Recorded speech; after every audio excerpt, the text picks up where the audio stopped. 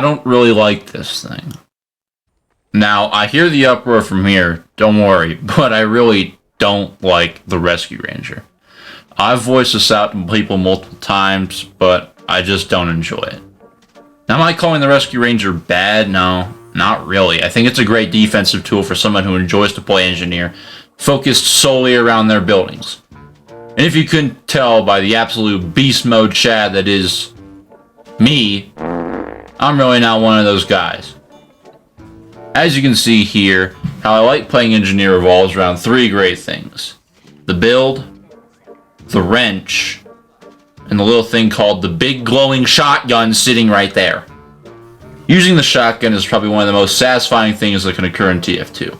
Perfectly lined up meat shot with that incredibly cool hit sound boop, boop, is very satisfying, especially as an engineer. Being this little Texas man with what's meant to be the brains over brawn, just going area, pumping lead into your enemies is very much a fun thing to do. The mechanics of playing Shotgun Engineer, which I might get to in another video if this one does so well enough, combined to create going around using your little doodads and cotton fools or sitting around the big sentry, and right when the super cool medic and demo come around to destroy your toys, you whip out that American Steel 6-load and shut them down faster than a jackrabbit making his way into a trip mine. It's got a lot to gain from it. Yeah, with the Rescue Ranger, I can't help but feel like I'm hindered.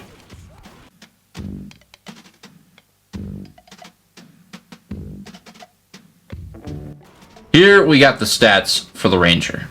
Pretty basic weapon, but it's got some doodads and gizmos. Using the right mouse button allows you to pick up your buildings from any distance as long as you can see it. Regular fire allows you to use metal to repair your buildings. Now for the downsides.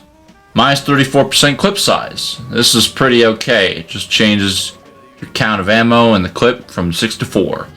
Necessary change, I think, considering how this is basically just a ranged wrench. No risks involved. There's also a 50% less primary ammo on wearer. I also don't have a problem with this, and don't think it's a problem, considering that you're playing engineer means you're going to be scrambling for ammo whenever you can, in addition to usually having a dispenser up. Self-mark for death when carrying buildings. I also don't really have a problem with this stat. It creates a punishment system for an engineer who plays with this more offensively, allowing him to be easily killed. Also of note is the health to metal change for repairing. This is fine. I think I haven't really had an issue with most of it, but it still is an annoyance when it comes up, which it does often. So that's the stats, and you're probably wondering why I still don't like this thing. I literally just said I don't have a problem with basically half of its stats, so why am I crying like a baby about this?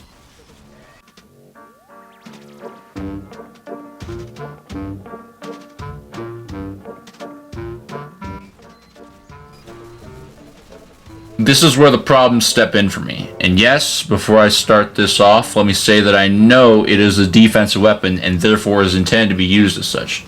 Now that being said, the maximum damage this weapon can do, about point blank, 60 damage flat. This means that if you are ambushed by just about anybody and are out in the open, also most likely running the Wrangler and the Jag, you are basically dead. Unless random crits favor you today. Compare this with the shotgun, which, while not having all the other stuff the Ranger has, allows you to, as I said before, pull off those epic meat shots, and I just see a very situational weapon that only the niche can enjoy. This weapon takes Engineer and makes him out to be what it is. A defensive, practically a mobile class. It allows you to build around your sentry way better and keep your buildings up. That's not what a man, such as me, wants from life. Sure, if you play engineer like a crippled tortoise and sit at the high tower shack, getting yourself 25 kill streak while never moving 50 feet away from your stuff, then sure, I can see how you would really enjoy this weapon. After all, engineer's whole thing is its buildings. But for those dumb enough such as me to play with the whole, oh god, here comes an original soldier and his medic right towards my stuff, better pull out my shotgun and strafe like I'm the next big scout player, then this weapon is atrocious to use. Doesn't give those satisfying picks, those sick underdog rampages, those stupid gunslinger slaps that I really loved. But regardless, still is that aspect I haven't talked about, and also didn't get any footage for.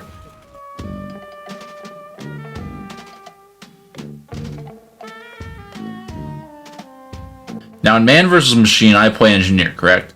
I also play it as support and sentry damage. You would think I use the literal upgrade and get the jail out of free card weapon that is the utter meta for the moat, right? Wrong! And I will say straight up that this is just me, and I should probably use the Ranger for this mode. If you look up the definition of stubborn, you'll find me. That's the end of the MVM section. That's all.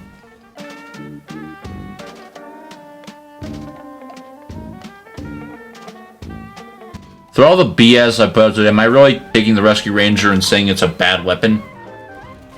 Yeah, no, I'm not. I'm simply just answering the question of why me and probably other engineers who like to play like total buffoons and go shooty shooty bang bang don't like the Ranger as much. I'm not calling it the worst, that easily goes to the Thompson for obvious reasons, but I am calling it for encouraging the Turtle Engineer play style and offering choices that makes games just straight up suck sometimes. Ranger, I love you, but please get the fuck out of my inventory.